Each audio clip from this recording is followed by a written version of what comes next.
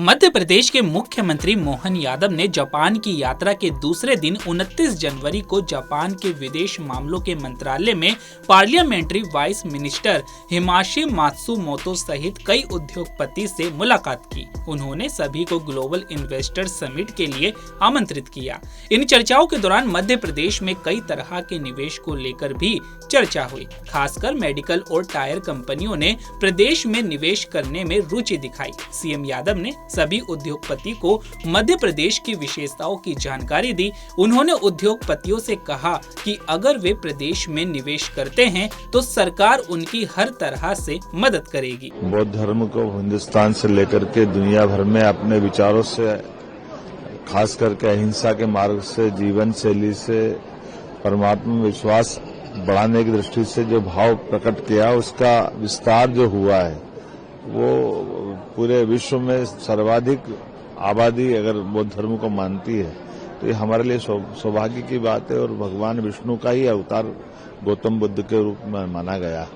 ऐसे में आज जब मैं जापान में अपनी सरकारी यात्रा में जब आया हूं तो स्वाभाविक रूप से हमारे निवेशकों के साथ, जेटरो के साथ, यहाँ के फॉरेन मिनिस्टर के साथ अलग अलग प्रकार की सभी चर्चाओं में हमारे मध्य प्रदेश में व्यापार व्यवसाय की निवेश की संभावना बढ़े, वहाँ के युवाओं को स्किल डेवलपमेंट करने के बाद में यहाँ अपने काम धंधे में रोजगार मिले और यहाँ से जाई हुई कंपनियां वहाँ नई तकनीकों के आधार पर निवेश की बड़ी संभावनाओं पे काम करे। जापान अपनी कई प्रकार के अलग अलग कारणों से, उसकी अपनी टेक्नोलॉजी के कारण से, समृद्धि के आधार पर यहाँ की कंपनियों की सक्षमता के बलबूते पर काम करने में बहुत समर्थ है। ऐसे में निवेशकों के माध्यम से मध्य प्रदेश और भारत के साथ जापान मिलकर के चले, यशस्वी प्रधानमंत्री का भी ये भाव है और हम उसी भाव को समृद्ध करने के लिए आए हैं। ऐसे में जब बाकी सरकारी कामकाज चल रहा है उसके साथ साथ यहाँ के कल्चर को समझने के लिए, संस्कृति को समझने के लिए आज भगवान बुद्ध के मंदिर भी आए। मुझे इस बात का संतोष है कि इसी प्रकार के भाव के बलबूते पर हमारी खासकर एशिया के देशों में, उन देशों में जहां बौद्ध धर्म का विशेष प्रभाव है, वहां भारत वालों की बड़ी संभावना है।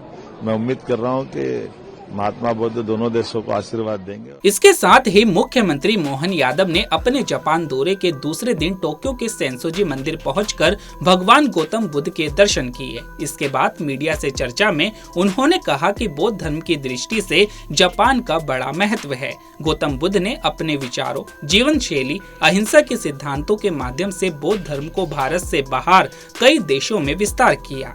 पूरे विश्व में सर्वाधिक आबादी बौद्ध धर्म को मानती है, तो यह हमारे लिए सौभाग्य की बात है। तो अभी के लिए केवल इतना ही। ऐसे ही तमाम खबरों के लिए बने रहिए पंजाबकेसरी.com पर। नमस्कार।